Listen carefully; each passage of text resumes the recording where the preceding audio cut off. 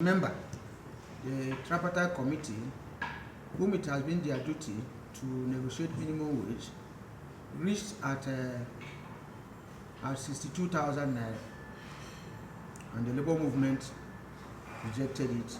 Another proposed 250,000. So,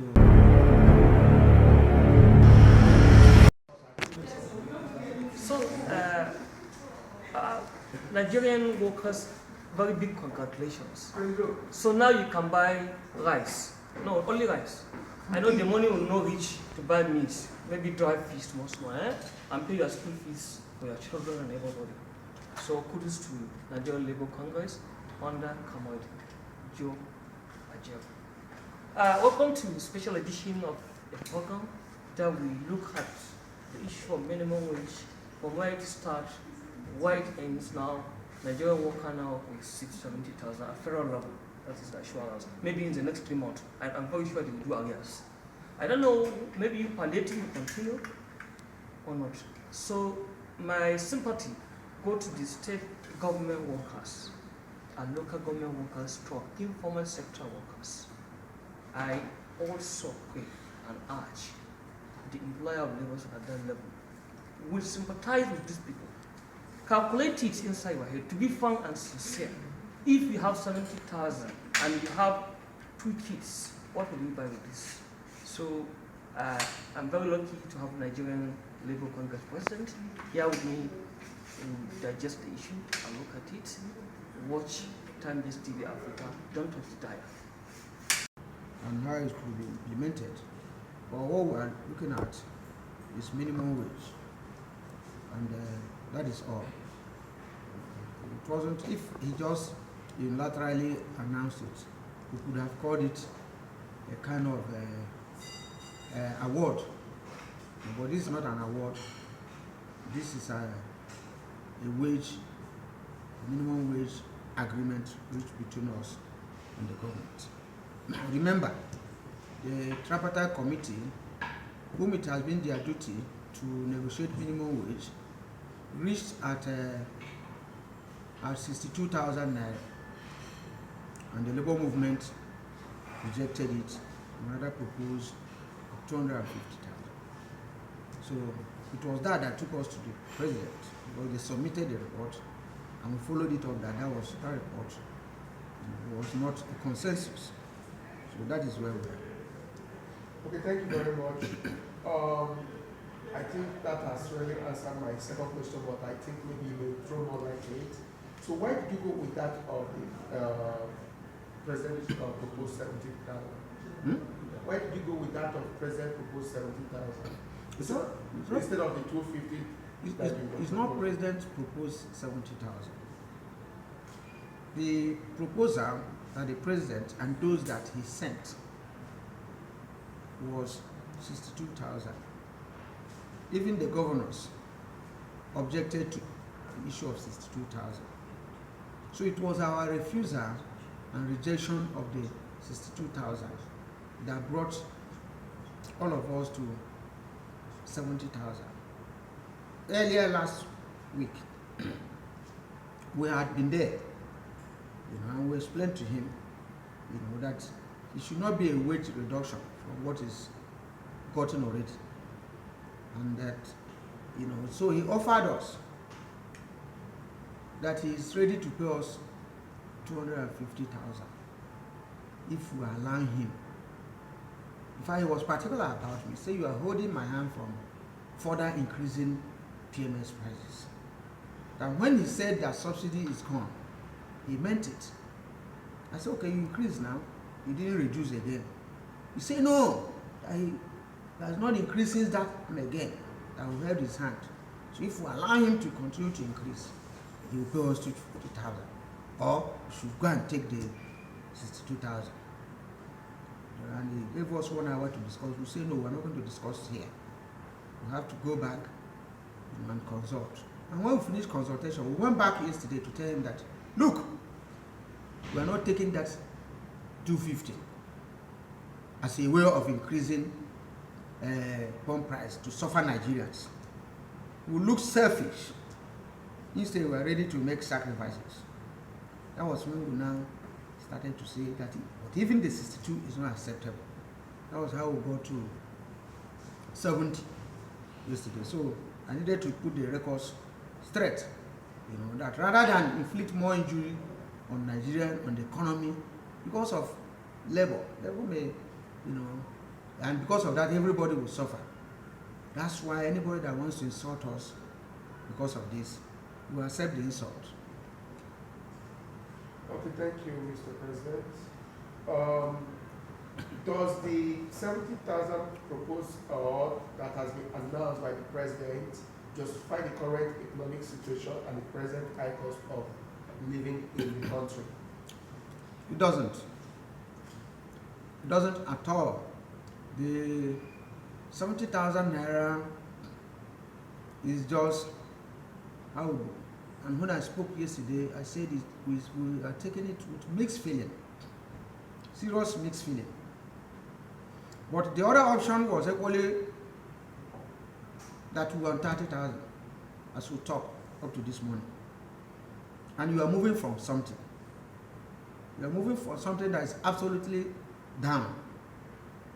And then that was why we had to break the negotiating period into two. Now, having broken it into two, it then means we have the opportunity to equally adjust again within the next 3 years, instead of waiting for 5 years. And then we'll have to equally factor the economic situation. But if you want to move it from 30,000 to almost over 200%, you will lose most of your members. When the private sector said they can't pay, they're telling you the cost of energy, the tariff they are paying, foreign exchange, and whatever. So we could insist that pay us 250, and where 2,000 people are working, maybe only 200 people will be working there. I don't know whether it will make economic sense or whether that will see us as wise people. We took into consideration all those factors, before arriving where we arrived. All right, thank you very much. Comrade, the number one labor in Nigeria, we have seen the struggle from the way you have started up to this level, after the one strike down to this level where it is like you have reached an equilibrium between you and government. So my colleague have asked so much about the government side. Let me concentrate on the issue of private sector and the state governments. Private sectors, majority, organized private sectors, what have you reached with them? What we have for them? Well, we don't work for them in terms of making policies that favor them. Like the organized private sector, they have their own organization, the NECA. They are like the union of employers. They articulate their position. But in most cases, our interests, meet at a convergence. If our interest meets at a convergence with them, because the industry must survive for us to work. Majority of the people work in the private sector, organized private sector. So, what are those things that are not making them to do business? The ease of doing business, energy costs. Those of them that run on diesel, when there is no electricity, cost of diesel, tariff, even the electricity national grid, and then foreign exchange. For those of them that bring in materials, we watched it move from 400 naira per dollar to now 1,500. Now you can see that those people are groaning. If you change it at the black market at 1,005, for a product you are changing to 400 before, you see that for them to make profit will be high. And by the time you add weight cost, you factor it in, it will still go high.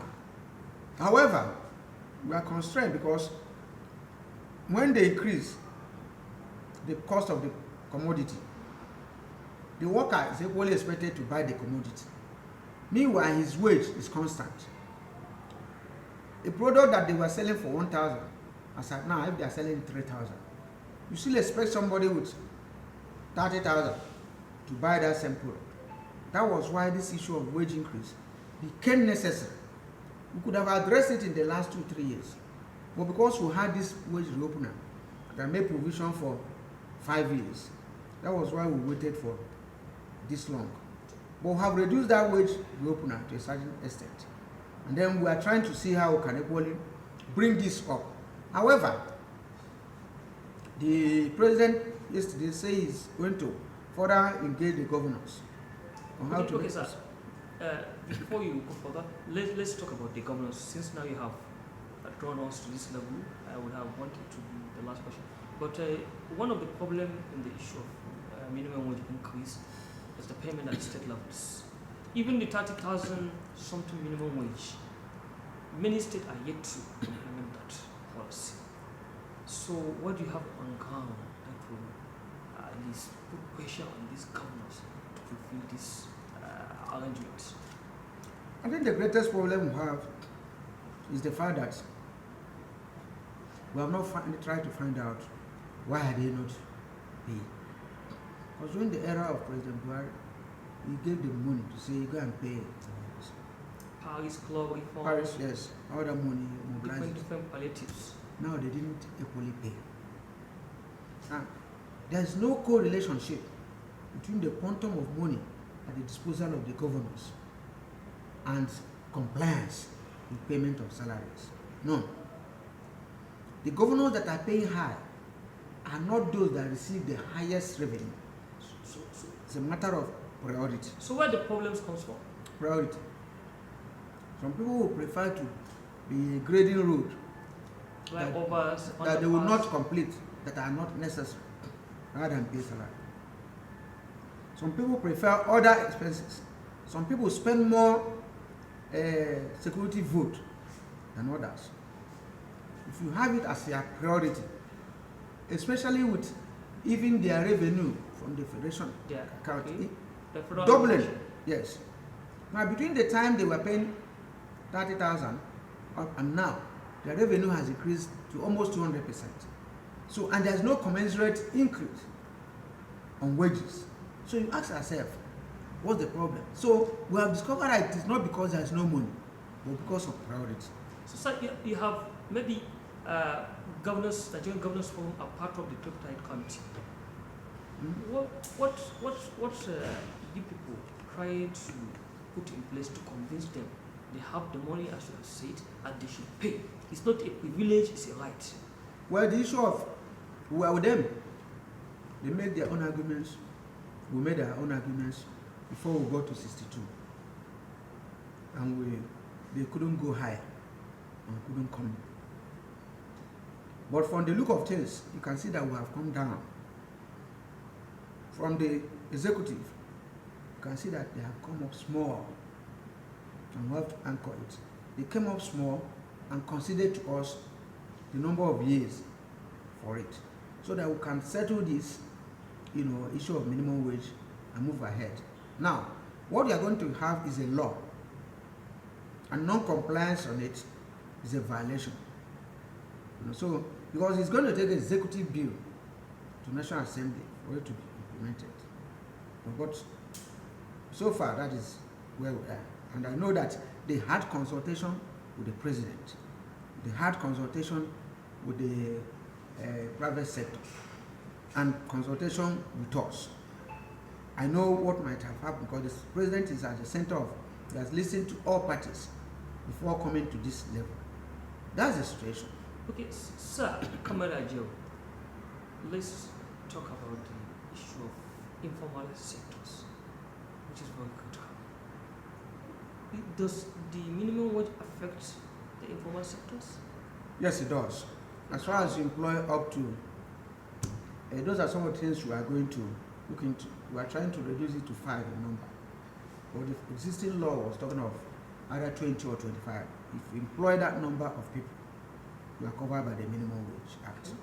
So, but for people that employ 1 or 2 people, to some extent, you can't, it's not justiciable. You can't take them to court that they didn't. But for those who, employ up to 20, 25 people, it's expected by the act that they have to comply with the minimum wage. Okay, sir, finally, let's go to the local government autonomy. I have seen your response on the issue of local government autonomy. So now, in a nutshell, what do you have to say on this development as the Supreme Court has made a verdict on this issue? One of the most acceptable, people-driven pronouncements by the Supreme Court. Okay, you mean the pronouncement of the century? Yes. As far as the issue of local government autonomy, government, administration, dividend of democracy is found at the grassroots. For some time now, that has been lacking. Local government before now, there you have local government organized schools. You have markets. Feeder lots. You have feeder roads. Agricultural department would talk to us. You have councillors. There is a parliament, chairman, supervisory council for agriculture, supervisory councillor for health, supervisory councillor for markets. All those government, women. Yes, government in action. You have health centers run by the local government. Good. People who are seeing the dividend of democracy. The one on sanitation environment moves from house to house to make sure that even people's disposal system, these things work, and violators are punished.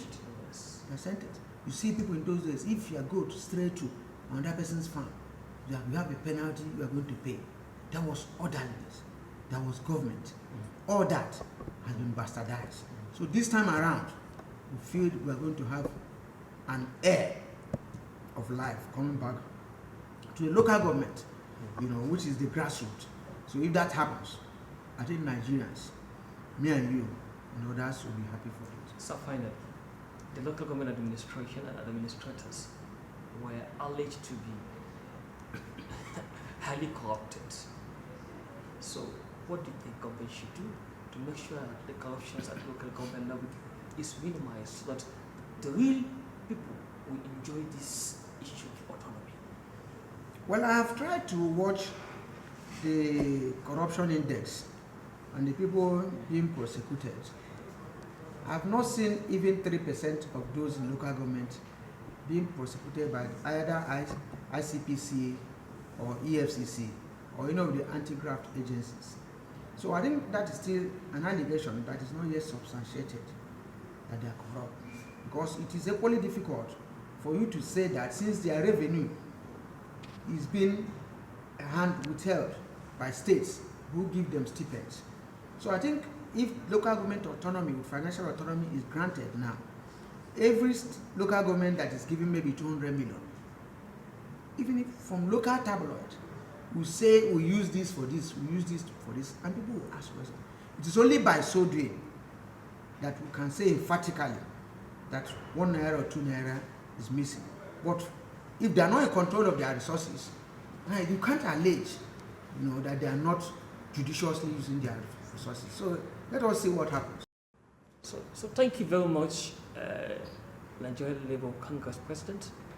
On behalf of all my crew here, time-based TvAfrica and Africa Press, we say very thank you and congratulations for achieving this a milestone in your lifetime, especially this of ensuring that minimum wage after so much of hurdles. And I'm very sure what happens all to you during IMO and this issue will be a stepping stone toward your success in your endeavor. Thank you very much once again. I'm Abraham Sani, saying bye for now. God bless you.